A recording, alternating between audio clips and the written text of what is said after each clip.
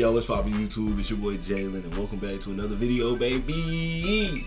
Now, today we back on our spooky shit. I'm back, by the way. Thanks for the word.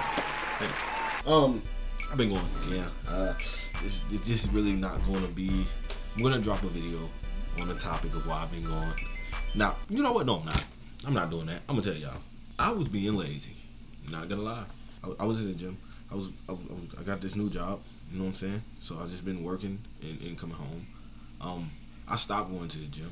I haven't been in like a week. Maybe no, that's a lie. I haven't been in like 2 weeks, maybe 3. I'm not sure. I haven't been in a while, but I do plan on going today.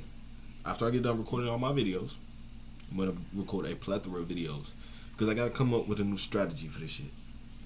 Okay, I'm not gonna lie. Last few uploads didn't do really anything, okay? Didn't do anything. So it kind of demotivated the nigga. And I looked at the screen and I was just like, I don't want to do this. What am I doing? I am 27 now. Birthday just passed, September 25th. Thanks for the late birthdays. Happy late birthday wishes and shit like that. But I was just looking at it like, bro, I'm 27 now. Why am I still doing this childish ass shit? This is something I should have did when I was a child.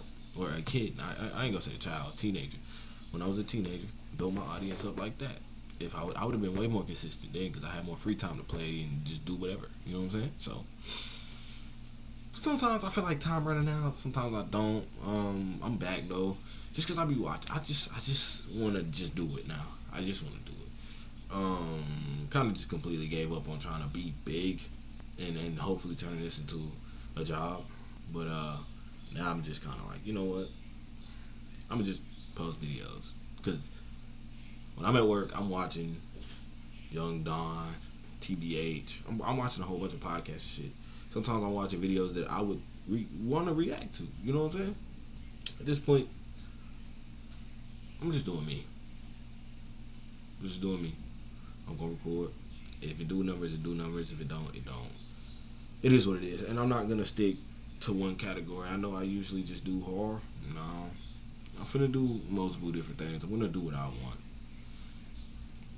I've been kind of wanting to stick my foot into the little gaming sphere, and not really like playing games. Of course, playing games, but like review, kind of talking about them, talking about the business side, the politics side of it, and things like that. You know what I'm saying? Because I pay close attention and stuff like that. You know what I'm saying? That's really it for that. That's really it for that. I just wanted to get that out. So, with that being said, today I got some spooky shit.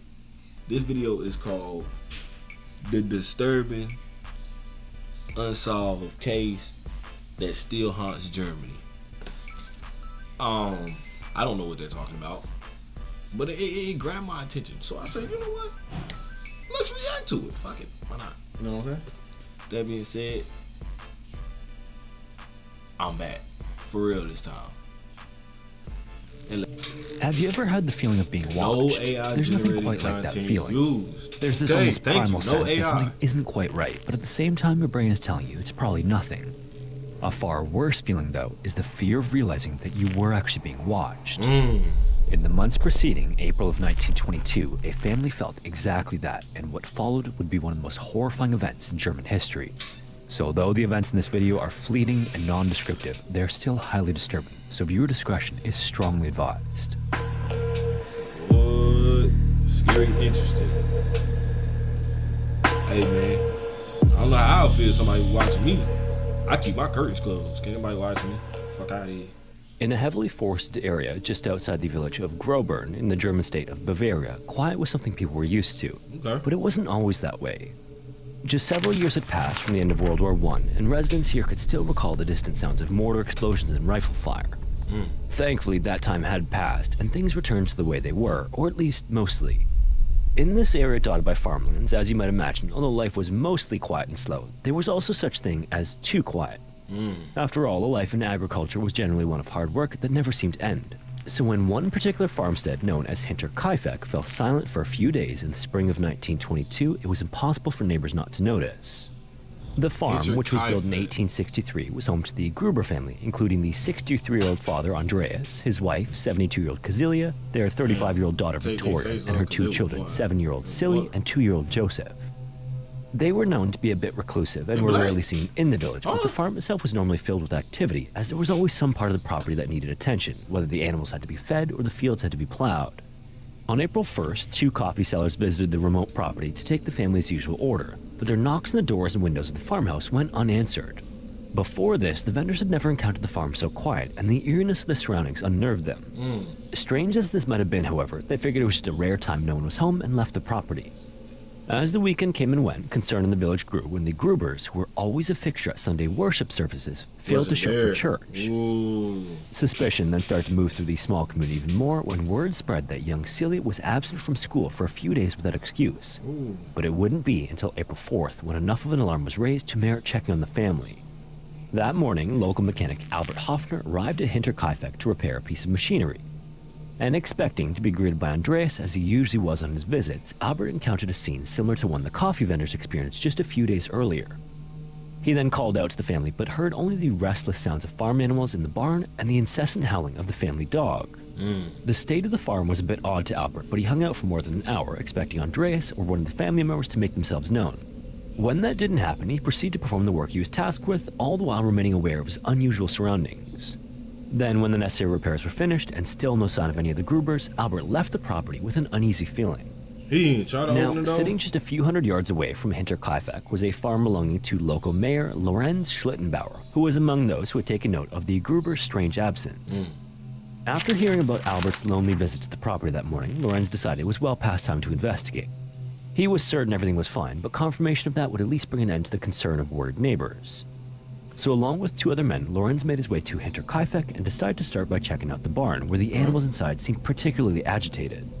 The 3 then cautiously crept up to the barn door, calling out to Andreas and receiving no reply.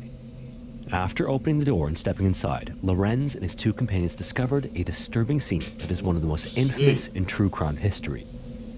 Stacked near each other and partially covered in hay and a piece of door that had been sawed off were the bodies of Andreas, Kazilia, Victoria, and Silly, and it was immediately clear that whatever happened to them had been ruthless. After seeing this, Lorenz went over to the farmhouse and tried to enter, only to find the doors locked. He then pulled out a key, unlocked the door, and stepped inside. Upon entering... This nigga just had the key to their farm? Really? The farmhouse was completely silent, and as Lorenz moved about the home, he found Joseph in his bassinet, covered by one of his mother's dresses.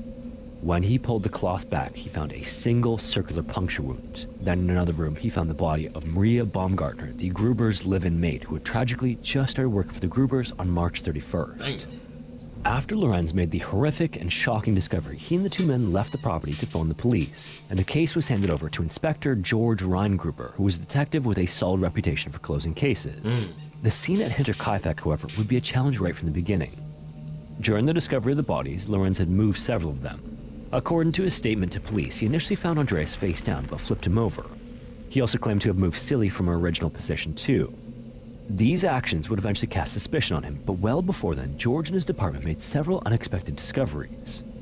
It became chillingly clear after a search of the property that the perpetrator had not only committed the unspeakable acts, but had also lingered on the property for several days afterwards. Inside the farmhouse, the remnants of freshly prepared meals and recently consumed bread were apparent. The cattle had also been fed, and the home bore the undeniable sign someone was living there. Based on witness statements and information the police gathered about the stillness of the farm in the days before the bodies were discovered, it was determined that the incident most likely took place on the evening of March 31st. Disturbingly, though, in the kitchen was a tearaway day counter, the date updated to reflect April 1st, 1922. Autopsies were then performed on each of the victims and took place right inside the barn on a makeshift examination table, and it was here that the brutality was fully apparent. Andreas' face was found to be mangled with his cheekbones cracked and exposed. Kazilia had blunt trauma to her head, leaving her with a cracked skull. Victoria's skull had similar wounds along with marks around her neck.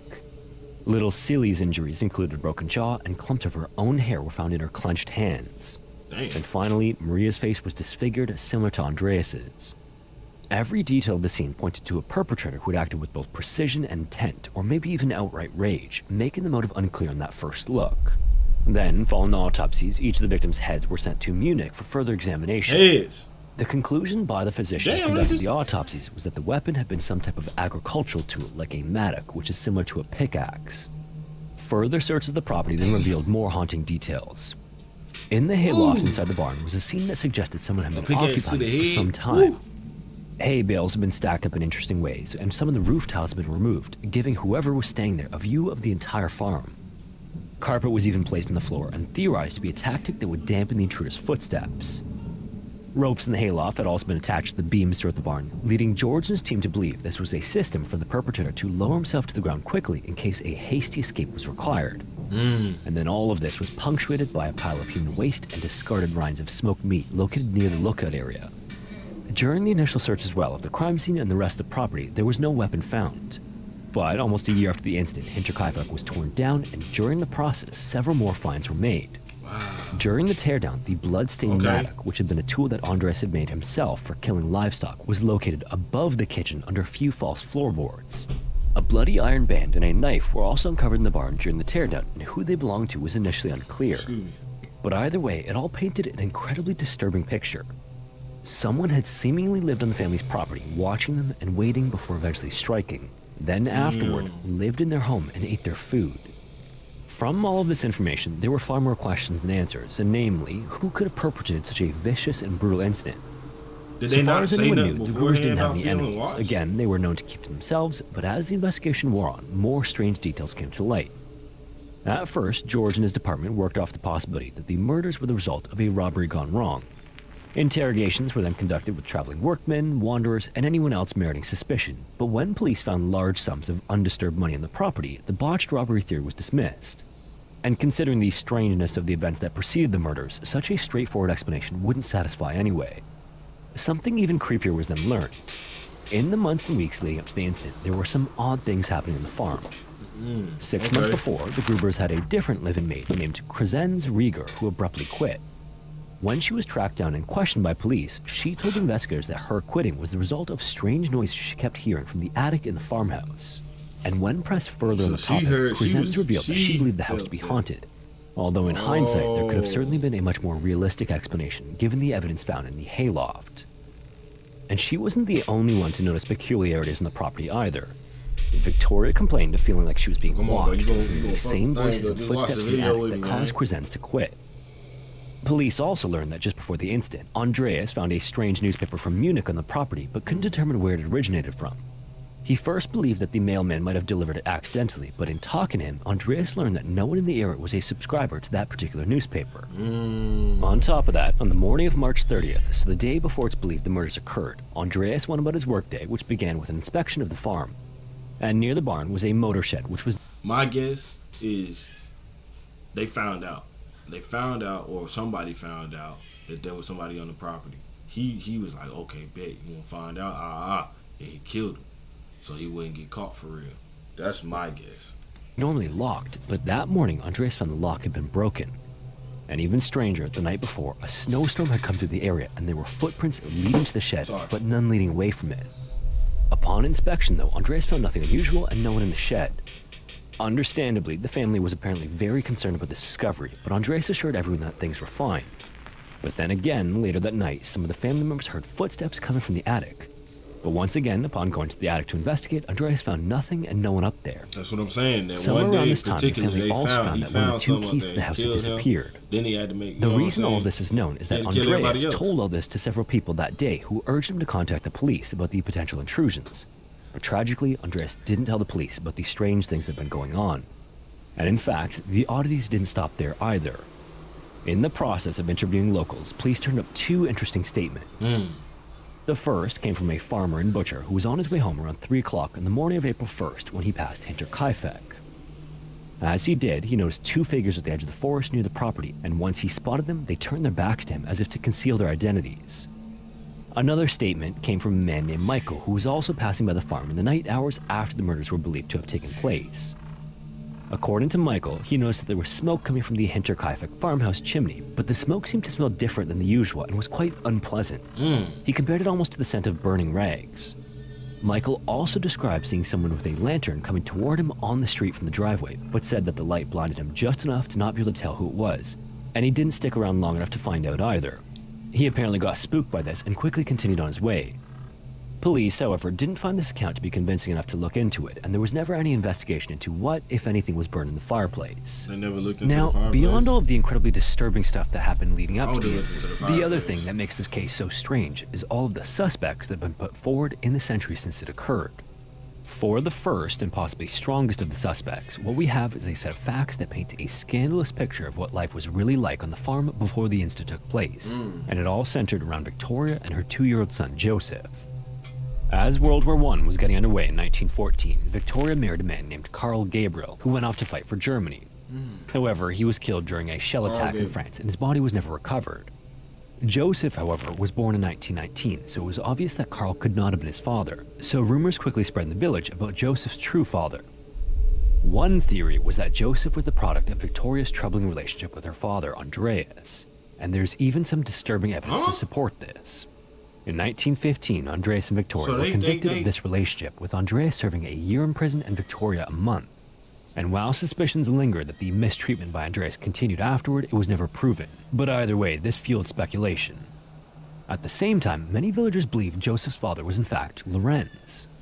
After his first wife's death in 1918, Lorenz entered a relationship with Victoria, and both even referred to Joseph as his son publicly for a time.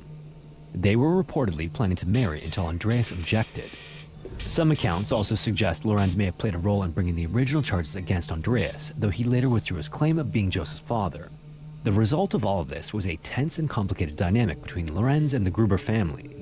As a result as well, Lorenz came under suspicion of the police pretty quickly for this and a number of other reasons. Again, when he and his 2 companions entered the barn on April 4th to find the family, Lorenz moved the bodies from their original position. When questioned about this, Lorenz apparently said he was looking for his son Joseph among the bodies. That alone is strange enough, but he also apparently carried himself with what was seen as an uncaring, almost nonchalant demeanor, like he wasn't startled by what they found. Then, after finding the bodies in the barn, he left his 2 companions there and went alone to investigate the farmhouse. According to his own account, he found the door locked, but was able to get inside. Some reports even later said he had a key, which raised eyebrows since the group... That's what I'm saying, bro. That's what I'm saying. He just had a key. Man. Reported one missing just days before. Wow. Investigators obviously found it curious that Lorenz would have access at all, given his strained relationship with Andreas. But in truth, the two had a complicated relationship and apparently still respected each other as neighbors. In fact, Andreas had even gone to Lorenz for advice when he discovered these strange footprints leading to the shed. The final piece of strangeness around Lorenz came in 1925, well after Hinterkaifeck was torn to the ground. While at the ruins of the farm, he allegedly told another man that the killer had tried to bury the bodies in the barn but couldn't because the ground was frozen too hard to dig. How would he know This that? comment was unsettling since it wasn't in the 1922 police reports. You kind of just snitched on yourself on that one, I ain't gonna lie. Well, how would you know that? Who knows stuff like that? I never even know the ground could get too, you know what I'm saying, hard to dig through. I thought you just, man. If he was speculating, it was a weirdly specific thing to say. Lorenz had also only been questioned once the day after the murders were discovered, and then not again until 1931. But, even so, when he was questioned again years later, the authorities ultimately cleared him, dismissing the odd remarks and behavior as the result of shock. After Lorenz, though, frustratingly, the trail of potential suspects is only loosely connected to the family, and the connections are primarily based on hearsay. Almost 30 years after the murders, the case had gone nowhere. Then in 1951, a woman named Crescentia on her deathbed made an extraordinary claim. She claimed her own brothers Adolf and Anton Gump had killed the Grubers at Hinterkaifeck. A prosecutor named Andreas Popp, who was working the case at the time, then began digging into this accusation. As he did, he became convinced that Adolf had been romantically involved with Victoria, and even heard some rumors that he was the real father of Joseph. But there was a problem. He was already dead, having passed away in 1944. That left Anton, the surviving brother, to face the prosecutor's questions. The prosecutor then traveled to his city to catch Anton off guard, hoping that a surprise interrogation would rattle him into confessing. Anton, however, calmly explained that he'd worked as a farmhand over the years, listing villages, farms, and visits to his brother. When it became clear what the prosecutor was hinting at, though, Anton flatly denied everything. Still, he was arrested briefly and his wife was questioned again and again, but nothing came of it. In the end, it all fizzled and the case against Anton was dropped in 1954. 2 decades later, in 1971, another curious lead surfaced, this time from a letter. A woman named Therese wrote about something she had witnessed as a 12-year-old girl. She remembered her mother receiving a visit from another woman, the mother of 2 brothers named Karl and Andreas Schreier, who lived nearby. According to Therese, the woman sat in her kitchen and admitted that her sons were the murderers at Hinterkaifeck, and she recalled the mother mentioning one strange detail. This was apparently that one of the brothers, Andreas, regretted losing a penknife during the killings. This sounded like the kind of memory too specific to ignore, and investigators were intrigued, especially since a pocket knife had actually been found years earlier when the farm was demolished in 1923. By the time Therese's letter reached authorities, though, nearly 50 years had passed since the murders, and any chance of tracing the knife back to Karl or Andreas was long gone. So after the Schreyers, the next set of brothers is the Bischler brothers, Anton and Karl. Their names came up thanks to the former maid at Hinterkaifeck, Crescens. She never trusted the brothers, and she apparently wasn't exactly shy about saying so. Anton in particular had worked the potato harvest at Hinterkaifeck and knew the farm well. He also had some choice words for the family. According to Crescens, Anton often spoke about the Grubers, muttering that the whole family ought to be dead.